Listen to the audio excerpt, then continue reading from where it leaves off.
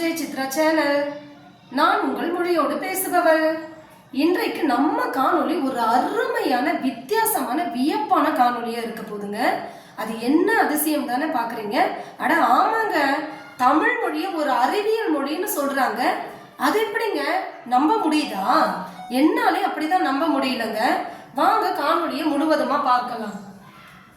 தமிழ் அப்படிங்கிறதே ஒரு அதிசயம் தாங்க. என்ன அப்படின்னு கேக்குறீங்களா? அந்த தமிழ்ங்கிற வார்த்தைக்குள்ள மெய்யெழுத்தும் இருக்கு, உயிரெழுத்தும் இருக்குங்க. எப்படின்னு பாருங்க. தமிழ் தா என்கிறதுல தா என்கிற வல்லினம், மீ என்கிற மெல்லினம், இல் என்கிற இடையினம், 3 மெய்யெழுத்து இருக்குதா? அதே போல உயிரெழுத்து அதுக்குள்ள இருக்குதுங்க. தால பாருங்க, இத்து குட்டல் ஆ சேர்ந்தாதானே தா. அப்ப ஆ இருக்கு, மீல ஈ இருக்கு, இல்லுல லூ, தமிழுன்றதுதான் தமிழ்னு வந்திருக்கு. அப்போ ஊ இருக்கு, மெய் உயிரும் இருக்கு, மெய்யும் இருக்குங்க. உயிரும் மெய்யும் ஒருங்கே இணைக்கப்பட்டது தாங்க நம்ம தமிழ் மொழி. இதுவே முதல் அதிசயம் தானேங்க. அடுத்து 2வது அதிசயம் என்னன்னு பாருங்க. நம்ம தமிழ் எழுத்துக்கள் மொத்தம் எவ்வளவுங்க? 247 எழுத்து இருக்கு. அந்த 247 எழுத்துக்களை நம்ம இதுக்கு முன்னாடி என்னன்னு தெரிஞ்சிருக்கிறோம்? உயிரெழுத்து 12, மெய்யெழுத்து 18, உயிர்மெய் எழுத்து 216, ஆயுத எழுத்து 1, ஆக மொத்தம் 247 எழுத்துக்கள். இது தானங்க நமக்கு தெரியும். இதுல இருந்து ஒரு அறிவியல் மொழியை உள்ள புகுத்துறாங்க. அதுதான் அதிசயம். அது என்னன்னு பார்க்கலாம். இப்ப பாருங்க, உயிர் எழுத்துக்கள் மொத்தம் எத்தனைங்க இருக்கு? 12 இருக்கு இல்லையா? ஆ முதல் அவ வரை இருக்கக்கூடிய 12 எழுத்து. இந்த 12 எழுத்துக்களையும் ஆண் எழுத்துக்கள்னு சொல்றாங்க. இந்த 12 எழுத்துக்களை எப்படி? காற்றை அடிப்படையாக கொண்டு பிறக்கும். வாய் திறத்தலால் பிறக்கக்கூடிய எழுத்துக்கள். ஆ ஆயிரண்டும் அங்காண்டு இயலும்னு நன்னூல் நூற்பா சொல்லுது. அப்ப காற்றை அடிப்படையாக பிறக்கக்கூடிய எழுத்துக்கள்னால இதை உயிர் எழுத்துக்கள்னு நம்ம சொல்றோம். இந்த உயிர் எழுத்துக்களை அறிவியல் படி ஆண் எழுத்துக்கள்னு சொல்றாங்க. அதோட விட்டாங்கன்னா அந்த ஆண் எழுத்துக்களையே மேலும் போய் 2ஆ பாகுபடுத்துறாங்க. வலிமை குறைந்த ஆண், வலிமை மிக்க ஆண். இது எப்படி? நம்ம தமிழ் எழுத்துக்கள்ல உயிர் எழுத்துக்கள்ல குறில் எழுத்துக்கள், நெடில் எழுத்துக்கள்னு பிரிப்போம் இல்லையா? அதை அப்படியே குறில் எழுத்துக்களை வலிமை குறைந்த ஆண் எழுத்துக்கள்னும், நெடில் எழுத்துக்களை வலிமை மிக்க ஆண் எழுத்துக்கள்னு சொல்லி பிரிக்கிறாங்க. இது எப்படி? ஆண்ல எப்படி வலிமை குறைந்த ஆண், வலிமை மிக்க ஆண் அப்படின்னு சந்தேகப்படுறீங்க தானே? நிச்சயம் இருக்கு. என்னன்னா, யாரெல்லாம் ஆண் இனத்தவர் போதைப் பொருளுக்கு ஆட்கொள்ளப்படுகிறார்களோ, அடிமையாகிறார்களோ, அத்தனை பேருமே வலிமை குறைந்த ஆண்கள் தாங்க. அப்போ அவங்களை எல்லாமே அந்த குறில் என்கிற இனத்தோட சேர்த்துறாங்க.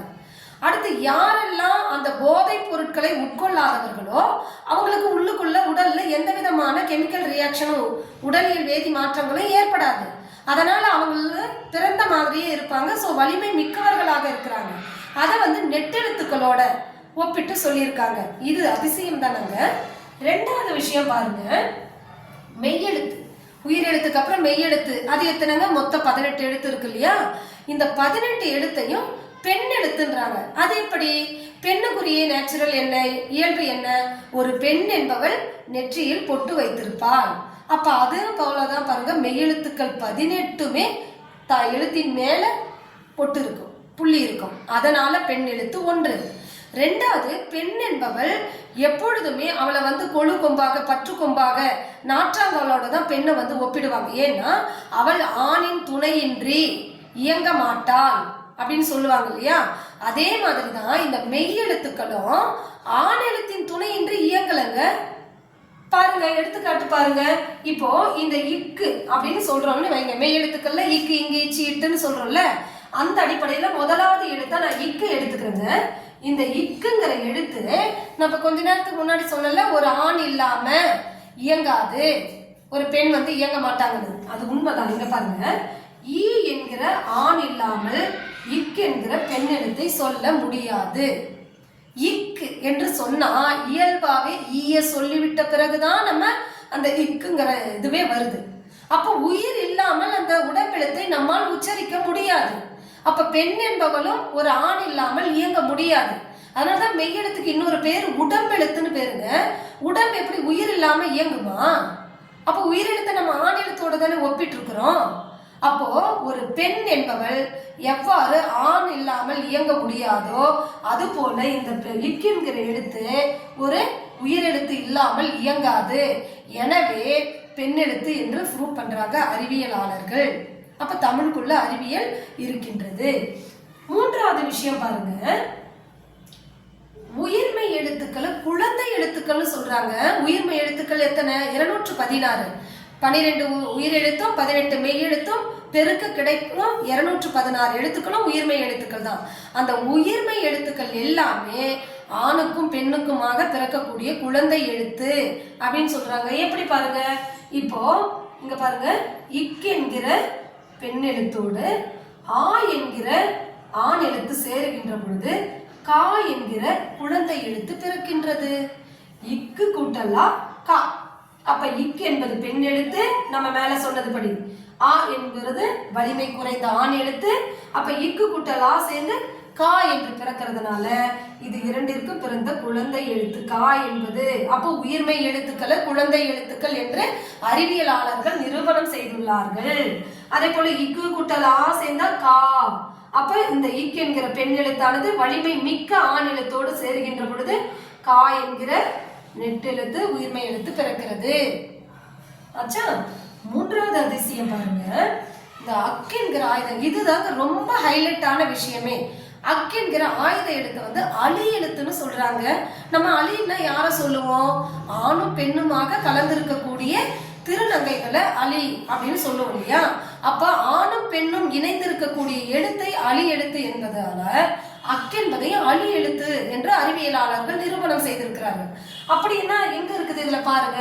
இப்போ உதாரணத்துக்கு நான் அந்த அக்குன்ற எழுத்தை எழுதிக்கிட்டு அதை உச்சரிக்கும் போது அக்குன்னு சொன்னோம்னா அதுக்குள்ள பாருங்க ஒரு ஆ அப்புறம் இக்கு, இது ரெண்டுத்தையும் சேர்த்துனாதான் நம்ம அக் அப்படின்னு சொல்ல முடியும். அப்ப ஆ என்பது வலிமை குறைந்தான், இக் என்பது பெண். அப்ப வலிமை குறைந்தான் இங்கதான் ஒரு அறிவியல் உளவியல் நமக்கு நிரூபணமாகிறது. இந்த இடம் நமக்கு வாழ்க்கைக்குரிய பாடமாக கற்பிக்கக்கூடிய இடம். இதை நன்றாக நாம் கவனத்தில் எடுக்க வேண்டும். அலி எழுத்து எப்படி பிறக்கிறதுனா ஒரு வலிமை குறைந்த ஆண் ஒரு பெண்ணோடு சேருகின்ற பொழுது, அதாவது ஒரு குறில் எழுத்தானது ஒரு மெய் எழுத்தோடு சேருகின்ற பொழுது அலி எழுத்து பிறக்குது. அப்ப குறில் எழுத்த நம்ம வலிமை குறைந்த ஆணுன்னு சொல்லி இருக்கிறோம், மெய் எழுத்த பெண் எழுத்துன்னு சொல்லி இருக்கிறோம். அப்ப அலி பிறக்கிறதுக்கு காரணம் யாருன்னு கேட்டீங்கன்னா வலிமை குறைந்த ஆண் பெண்ணோடு சேர்வதால் தான் அந்த அலி குழந்தை பிறக்கிறது அப்படின்னு இந்த எழுத்துக்களின் வழியாக நிரூபணம் செய்திருக்கிறார்கள். இந்த இடத்துல கொஞ்சம் நான் நிதானமா உங்களுக்கு சொல்லணும்னு ஆசைப்படுறேன். அன்புக்குரியவர்களே, நண்பர்களே, தமிழ் உறவுகளே, தயவு கூர்ந்து அது ஆணாக இருந்தாலும் சரி பெண்ணாக இருந்தாலும் சரி இந்த ஆல்கஹால், கஞ்சா, பீடி, சிகரெட்டு போன்ற போதைப் பொருட்களுக்கு தயவு கூர்ந்து அடிமையாகாதீர்கள். அவ்வாறு நீங்க அதை உட்கொள்ள ஆரம்பித்தால் என்ன நடக்கும் என்றால் பிறக்கும் குழந்தை அலியாகத்தான் பிறக்கும், வலிமை குன்றியவர்களாகத்தான் பிறப்பார்கள், அலியாகத்தான் இரண்டாம் பாலினத்தவராகத்தான் பிறப்பார்கள். எனவே அன்புக்குரியவர்களே, தயவு கூர்ந்து இதை பாடமாக மட்டும் நீங்கள் உற்று நோக்காமல் உங்களுக்குரிய வாழ்க்கைக்கான பாடமாகவும் நீங்கள் எடுத்துக்கொள்ள வேண்டும். அப்ப யாரெல்லாம் இந்த போதைப் பொருட்களுக்கு ஆளாகி கொண்டிருக்கிறீர்களோ அவர்களெல்லாம் தயவு செய்து அதை விட்டொழித்து விடுங்கள். காரணம் என்னன்னா நீங்க போதைப் பொருட்களை எடுக்கிறதுனால ஒரு பெண்ணினுடைய வாழ்க்கை பாதிக்கப்படுகிறது. அதோடு மட்டும் இல்லாமல் பிறக்கின்ற குழந்தையும் பாதிக்கப்படுகிறது. இதை கருத்தில் கொண்டு கட்டாயம் நீங்கள் அதை தவிர்க்க வேண்டும் என்று சொல்லி இந்த தமிழ் மொழிக்குள் எவ்வாறு அறிவியல் மொழி அடங்கி இருக்கின்றது என்பதை உங்களுக்கு ரொம்ப அழகாக நான் விளக்கி இருப்பேன் நம்புறேன். இந்த காணொலியை நீங்க முழுவதுமாக பார்த்து பயன்பெற வேண்டும் என்று உங்களிடம் வேண்டி விரும்பி கேட்டுக்கொள்கிறேன்.